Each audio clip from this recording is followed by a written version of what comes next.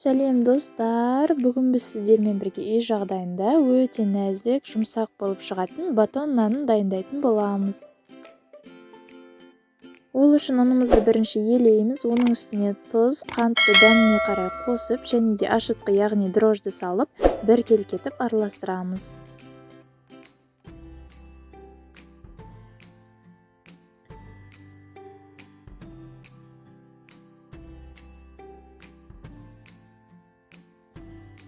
Сосын оның үстіне сүт, айран және де жылы суды құйып, қолымызбен жұмсақ қамыр илейміз.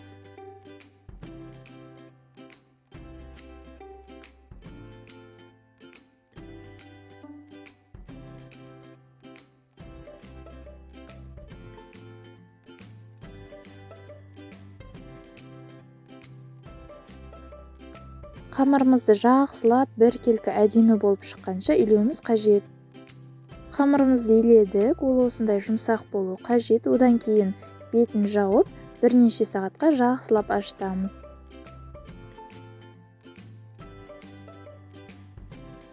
Сосын біздің қамырды 3 бөлікке бөлуіміз қажет. Бізде бұл қамырдан 3 үлкен батон наны шығады. Егер қаласаңыз, ингредиентті азайтып жасасаңыз болады. Сосын біздің қамырды осылай қолымызбен батонның формасына келтіріп, өзіміз жайып шығуымыз қажет.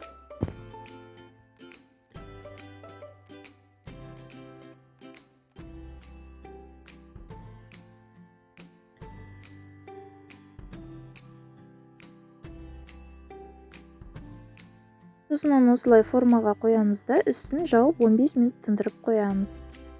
Қазір біздің нанымыздың үстіне жағу үшін жұмыртқаның сарыуызымен 1 ас қасық сүтті біркелкетіп араластырамыз.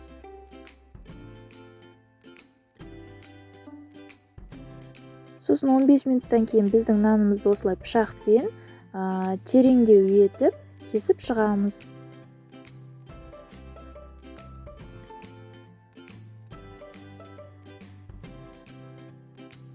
Сосын нанның үстіне жұмыртқамызды жақсылап біркелкетіп барлық жеріне жағып шығамыз.